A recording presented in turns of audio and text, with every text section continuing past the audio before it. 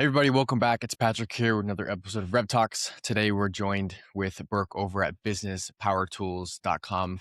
How's it going today, Burke? Good. It's a Friday, so got a lot It of is a stuff to. Friday. Appreciate you taking some time out of your day to join up on here. Would you mind giving us a little bit of background about the actual business and who you guys service and what you guys do as a whole? Yeah, sure. Well, over about 36 years ago, I helped, actually over the last 36 years, about 2 million people have been using my Biz Plan Builder business planning system to turn their ideas into successful businesses. And it started out with where I helped a client way back when. He had a deal going with Apple. They wanted to buy his engineering software. They didn't want to buy his company. They wanted to use his product. And the SBA had done a study of like 29,000 businesses and found that 26,000 of them had failed. And 65% of the businesses that failed had no business plan. So Apple wanted to see his business plan, be sure his company would thrive so they could support and continue to develop the product. So I'd worked for Texas Instruments, so I knew the technology. I'd worked for the Sharper Image Catalog, which is a gadget catalog back in the day. I was the electronics buyer. Then they moved me over to the catalog copy department to write copy for the catalog. And there I discovered a word processor that I ended up selling in Silicon Valley to enterprises for a couple of years. So I had really the background to put this catalog of information that Apple wanted to see on my friend's business. And so that worked. We had the business plan. I got the deal for him. And over the next year, I was helping people with their business plans, structuring their financial models, organizing their business plans, helping them pitch their business for investment with venture capitalists in Silicon Valley. And it was working great. And I thought, one of these days I'm going to need a template of my own, or if I could make a template out of all this content, then I'd have something I could make my job easier and more people could write business plans. And in the process of putting this all together, it's just like, boom, it struck me like, hey, there's my invention. And that became my Biz Plan Builder business planning system that now has gone on to sell, like I said, 2 million copies over 35 years that people have used. And it expanded into a bunch of other projects. But that's really the main idea there. I've discovered in doing business over the last 50 years that, most business owners, entrepreneurs, especially these days, are just straight up overwhelmed. And most are looking or desperate for cash. And often they're paralyzed when it comes to prioritizing what to do next because there's so much to do. And that a business plan really comes in and solves that problem all the way from startup to selling your business. So that's where we're at today. And it's a subscription-based system. It's on businesspowertools.com. And I've expanded into employee handbooks, marketing plans, sample contracts, lots of spreadsheets. Every single thing is there to solve a real problem. It's not like, oh, here's a cool solution that's looking for a problem. Every single thing was born out of like, how do we fix this? How do we solve this? And that's really what Business Power Tools does. Nice. I'm glad to hear. And over these past couple of decades, you've been able to service a lot of different customers in different various spaces. So it's Yep. obviously a huge accomplishment. When a new customer comes into the business and finds you, what's kind of the process and the story of that? How do they sort of come about these days? Well, they come at us from all different angles. Like I said, it could be startups. That's where we started out. And now there are a tremendous number of people. I'll say like 15 million, I think, are going to sell businesses in the next few years. So you've got a lot of these baby boomers who want to sell their companies. And the good news is, from my perspective, is that they know their business, they've got the money, and they want to sell it. And business brokers tell me, unfortunately, they use the same words. Either the business are unsellable or they're a train wreck behind the scenes. And they use train wreck a lot. I don't know, it's unfortunate, but we can help that. This is where the business owner's got all this information in their head. How do you get that out of their head and show it to a buyer to show them this business has really got legs to it and has got a bright future for it? And how do you help that business owner sell their business faster at a higher valuation? Which of course business brokers want help with, because like a realtor telling you selling your house, water the plants, clean it up, paint the place, and you really have got to stage the business for sale. And it takes a few years. But I mean, writing the business plan now, we've added AI to it. So it's almost not even a business plan anymore. It's really kind of this AI driven business, what would I call that? Kind of a business development platform, if you are, business design system, if you will, because that's really what it helps you do. And it's great for onboarding people because you get a new person comes into the business. How does it work? How do we do things around here? And it really helps them do that. So can you make some changes you can make changes knowing with being mindful of the ripple effects throughout the rest of the business. You don't just haul off and change one aspect of the business, and then the damage it could do elsewhere is unlimited. So you got to be careful with that. But that's where the business plan really helps. So it evolves into a strategic plan at that point that people use over and over again. And the AI helps keeping you updating it. And it turns a week worth of research into, I don't know, 3 or 4 minutes. So the AI to it these days is extraordinary. Nice. I like that. Definitely seems you guys are streamlining a lot of different processes with fulfillment and the way the product actually is developed as well with AI. That's a Yeah. huge plus. That would be a topic we'll actually get into here in a little bit. But as of right now, with current customers, what's kind of the current customer base like, and how are you guys currently dealing with that and acquiring customers? I'm sure a lot comes from word of mouth referrals, networking, being in the space for a while, people of knowing you. How's that process for acquiring customers been recently? Well, lately it's been, people come to us and there are, I would say, some of them mid-market companies. So say mid-market, that's, I say we have anywhere from startups to say 50 million in revenue and or 50 people, let's say. But I'm getting a lot of the businesses, they're not ready, they don't want to sell. They might need money. They want to get organized. Like for example, we've got a client who's a tiny home manufacturer in Arizona. Awesome tiny homes. And their problem isn't convincing the world or investors that the world needs business that needs tiny homes. Their problem is they can't build tiny homes fast enough. So you've got these companies that really take themselves seriously. They're in the middle of it. Think, okay, we need to put together a plan because I've been hip shooting here for a while. I've also got a coaching consultant. She says, I need to structure this business and get serious. And so when you've been hip shooting and flailing around with all these different things and all the information's in the owner's head or the founder's head, and it's not out where everybody else can make decisions and do their job. It's how we find those guys. They find us really. I'm on LinkedIn. People find me there a lot. Uh, Podcasts like this, people find us a lot. And so and word of mouth is really the biggest thing. People use it. They go, wow, this is amazing. The financial model, venture capitalists are referring to the financial model because it's built from the bottom up.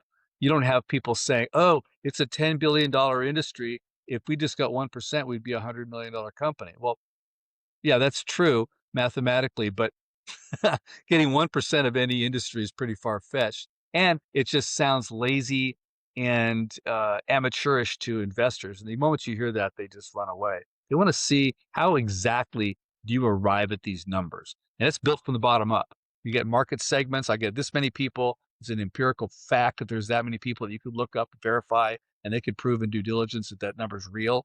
And then you get down to and you say, okay, well, I have these 10 market segments, let's say. What's my probable penetration of these? And that's the negotiable part. That's where you are kind of making things up. But that's actually where the AI can help fill in those numbers with some actual research out into the world in your industry. And then it's pretty much mathematical from there. Number of business, this service available market is what it would be called. And what percentage of those guys could we convince to buy our, pitch to buy our product? And then Definitely. times price, multiplies times units, adds up to revenue. And now you've got a number that an investor could look at. And you can walk them through the financial model. They can negotiate that penetration rate all day long. And they'll get a number that they'll believe. That's what they want to see them with something. They need something they can believe. If anything investors have said to me over the years is show me something I can believe. I don't believe entrepreneurs. So we fixed that. Like that.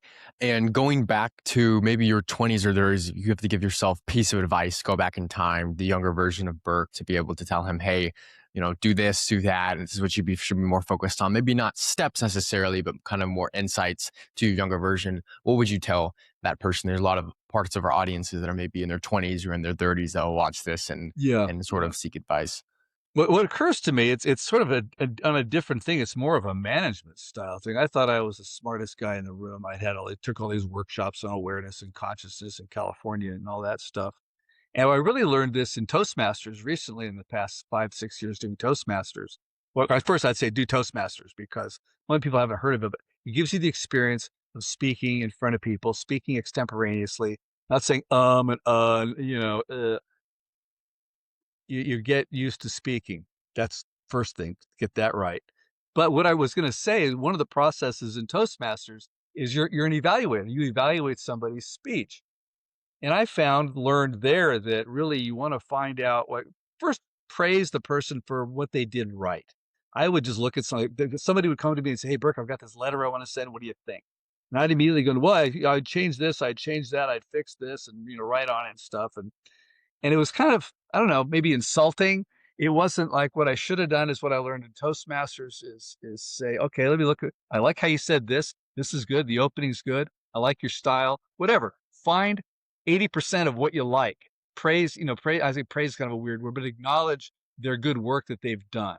And then you say, what I would change to give this a stretch would be to say this, maybe change that word, tweak this, move this sentence over there. And so the point is when you're acknowledging somebody or evaluating somebody or you're whatever that is, you acknowledge like 80-20 rule. 80% like what you like, what worked, what's working for them. 20% would be the how do you improve it?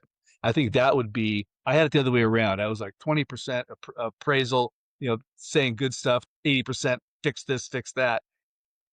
And it just, I don't like that when someone starts immediately into what I did wrong versus tell me what I did right first and acknowledge that you got what I did right. And then give me some ideas for making it better. That would be the simplest thing to start with. That makes sense. Definitely not just criticizing the person up front, but obviously giving some sort of praise no matter what that sort of looks like Yeah. for the actual Yeah. I speech. would, I would look back with many regrets in that front, so yeah. Makes sense. Makes sense. And over these past, obviously, couple of decades you've been in the space, how have you seen the industry change? Obviously, AI has been around for a while. Different types of that, as we know. Recently, obviously, there's been more of a bubble with the market, more AI businesses, more AI startups, more AI implementations. How have you seen the market shift, and what do you sort of predict kind of moving forward? And how is Business Power Tools adapting to those market changes moving forward? Well, the AI, obviously, where we're at right now, it's kind of like the dot-com boom back in the day where everybody got so excited about it. It ballooned way up and then it popped. So that something could happen there. And I think that I'm not the only one who'd say that. I'm reading what other people are predicting. So, and I lived the first go around. So I know that's possible. But, yeah, AI is a big deal. It's here to stay. It's not some kind of fad. People thought the internet was a fad back in the day. And you can see, no, this isn't a fad. This is for real. However, but part of my along the way, business plans, people say, well, I don't want to write a business plan. Sure, it's a lot of work, but you got to, if you're going to convince somebody to give you millions of dollars to build a business, they're going to have some questions. They're going to have a lot of questions. They might get excited about your pitch that day. Wow, this is a great idea. And they'll wake up tomorrow morning thinking, well, hold it here. What about this? What about that? And then they call up their friends and say, hey, I got this thing I'm looking at. What do you think? And it could be a technical friend, a marketing friend, a financial friend, their grandmother, whatever. And now they'll have more questions. Now, over the last 35 years, we pretty much anticipated most of those questions. And what I learned at the Sharper Image catalog was that even though it's maybe 50 words a copy, when people would just, it was like, we worked in the phone room once a week, just for an hour, just to keep it real. And so in the call center, so I'd take a call and person would call me, yeah, I want that knife on page 58. Here's my American Express card number. And I thought, wow, this is like going fishing. The fish are just jumping in the boat. So what is it about that? Well, there was enough information in that catalog page that the person knew what they were getting. They didn't have any questions. They just wanted it. And so the business plan, as I envision them, really is a catalog of those answers, not intended to be read like a novel, but the entrepreneur really understands their business. And for a long time, it kind of went away from business plan. No, you don't need a business plan. You just need a business model canvas, a pitch deck, and a smile, and be really excited about it. And sure, there's probably enough people that get lucky with that, but for the most part, it's just not going to be how it works. And people wonder, why does it take so long to raise capital? Well, because you don't have all the answers. And I was sitting at a conference a year ago, sitting next to this man who could write a check for $1 million. I said to him, kind of morbid curiosity, I said, do you still read business plans? He goes, he looks at me and goes, hell yeah, I read business plans. I want to know what you know. I want to know what the entrepreneur knows. Do they know what they're doing? Because these days, as this whole thing has evolved, most of these investors probably know more about your business and your industry than you do, because they've invested in, or placed, I say invest, they bet on companies and they've seen stuff go wrong and they've seen stuff go right. And they can also tell the person. So it's the belief that they're betting on the jockey, more than the horse. So they're listening to you. Do you know what you're talking about? Do you have the wherewithal? Why are you in this business? Do you have a reason, a bigger reason for being in this business than just, I want to make some money? Because they want to make sure you're going to get back on that horse after you've been thrown off a million times. Because we all know, anybody who's been in business for a while knows you're going to get thrown off the horse. So you need to not be able to get back on, you need to want to get back on that horse. And so that's a whole other aspect of it as well. But they want to know, like, why are you, and what's a nice person like you doing in a business like this? I could go back to reading popular science and popular mechanics and seeing things like the 200 mile per gallon carburetor, wondering, where is that? Why isn't there a company making that? Why aren't we getting 200 miles per gallon? Well, conspiracy theories and other reasons, that ain't there. And for any kind of product to make it in the world, you got to build a business around it so you can make them and sell them. And people can get them. So that's really my motivation behind the scenes and why I've stuck with this up and down for the last 36 years. Adding AI to it makes a world of difference. It makes writing a business plan doable. But it's become really more of I think of it's evolved beyond a business plan into what I call an agile, AI-driven business design system. Right, There's right. a lot to And say, but with the AI doing the heavy lifting for you, doing that research and sorting out the probabilities and stuff for you, the hard part's done in minutes. And so now they've really got something to look at. You learn something about your own business and be like, wow, you look at that. And so you get the whole plan of the business laid out for you. It's actually become very easy to do. right. And what would you say is the most important part of the business plan?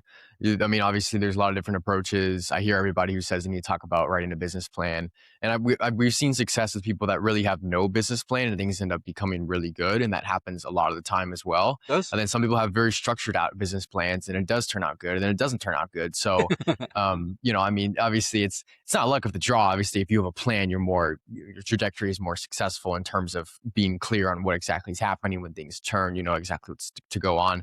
What part of the business plan is more Well, important, would you say? it's an iterative process. You can start out and maybe get lucky and get successful because your parents give you money, or that's friends and family could be the hardest people to give you the money because the good news is they know you. The bad news is they know you. So depending on your relationship with them. Anyway, I'm finding back to a previous question included with this one is where I'm finding people, they're in the middle of their business, realizing, okay, I got this thing going. Now I'm the bottleneck. Now I've got to get serious and really sort this thing out because it's working, but it could work better if I could engage more people. And even in my own case, I need to raise some money because I could put AI throughout my entire platform. It needs to be done completely. Now I've got it started with the AI and the business plan. But nevertheless, I'd say mostly customers who are running businesses. They're in the middle of it. They're looking at it thinking, oh my God, I've got something going here. I need to sort this out and get people working with me. And another thing just an aside, I learned from an attorney in Silicon Valley many years ago. He says, look, Burke, you've got to design your business so everybody gets rich the same way. So for example, and a business plan smokes out disagreements. And it's much better to have that disagreement on paper or on screen than it is Absolutely. Absolutely. to you and I go out, we buy a building, we're all excited about, we buy this building and we fix it up and it's really cool. And I'm thinking, great, let's sell it. You're thinking, wait, no, let's lease it. Now we have a problem. I mean, that's a very simple problem, but we could be sorted out. We should have figured that out over drinks before we even got into this thing. You want to buy it, you can Absolutely. sell it, or do you want to lease it? And get that sorted. But people don't really think of those issues until you're really into the business plan, say, which direction should we go here? And you can, then of course you get into the AI and really research what would be the best direction to go in, or what direction do you want to go in? And, you come to some terms with that, but the business plan really helps that person in the middle. I would say, what is the word? Business midlife. It's started, it's going.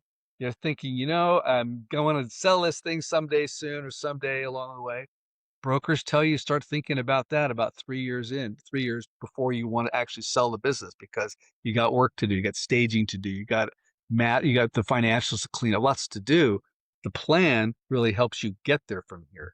So that's I think really where probably the sweet spot these days is if there's a bell curve, it's like right in the middle of that from between startup to exit. It's that middle ground there. Absolutely.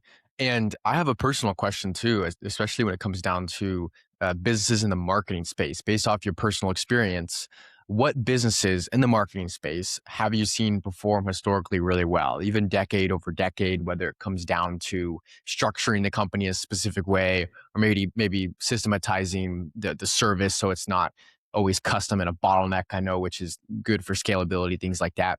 What businesses have you seen really flourish, and what would you give for piece of advice to any person trying to build a marketing business in this day and age? Well, yeah, there's something I alluded it to at the very beginning is you got to solve a problem. People go to investors and say, "Look at my cool, bright, shiny object," you know, and and so the question is, well, what's it? Who's it help? How does it help? So, what problem are you solving?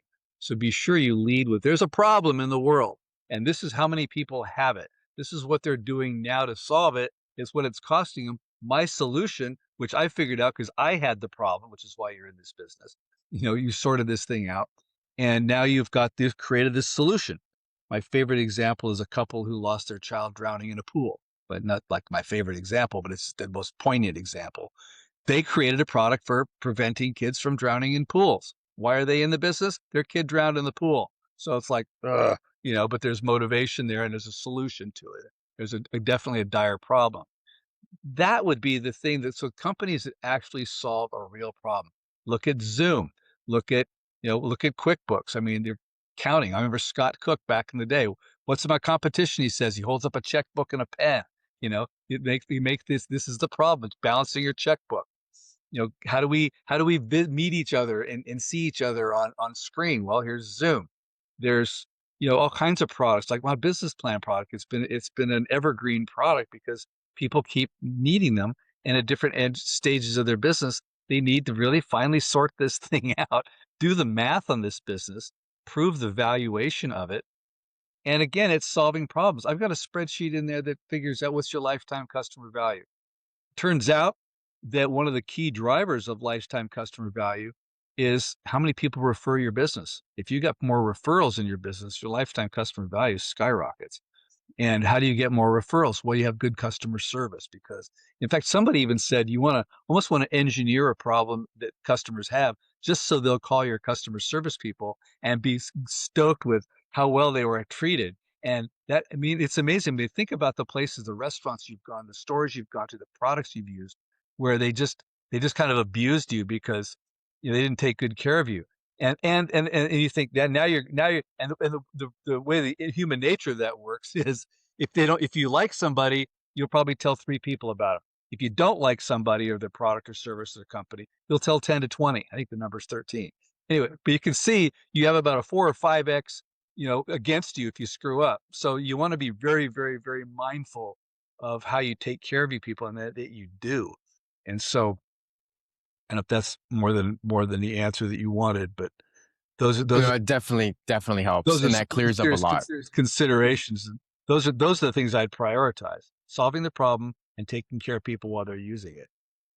Definitely. That makes sense. And especially in a day and age where like it's easier to look past people, especially with things being online. It's a lot easier to kind of look past, click off, things like that. And it's like the human touch not necessarily has just gone away, per se, but it's definitely decreased. And that does impact customer fulfillment, customer journey, and things like that as compared to previous decades, of I course. mean, you just got to roll with human nature, really. I mean, I think what would I do? I bought a product from you. It's not working. I'm not happy with it. Or I've got a question. Take care of me. I bought your product. I mean, all that marketing you did, somebody finally bought your product. I mean, back in the day, what do you get maybe these days? 1%, even a tenth of a percent response on your email. If that 1/10 of a percent actually buys something from you, man, you better treat them like gold. Yeah, absolutely. You're definitely right. And definitely a lot of great experience and everything like that, which I appreciate you sharing with us today. Where can we find you again on the internet? What's your LinkedIn? Obviously your company website again. Company website's businesspowertools.com. You can find businessplanbuilder.com as well, but businesspowertools.com gets everything. I'm on LinkedIn, Burke Franklin on LinkedIn. Sweet. Appreciate it. I appreciate you taking some time out of your day, Burke, to jump on RevTalks, and I hope you have a great rest of your day. Hey man, thank you.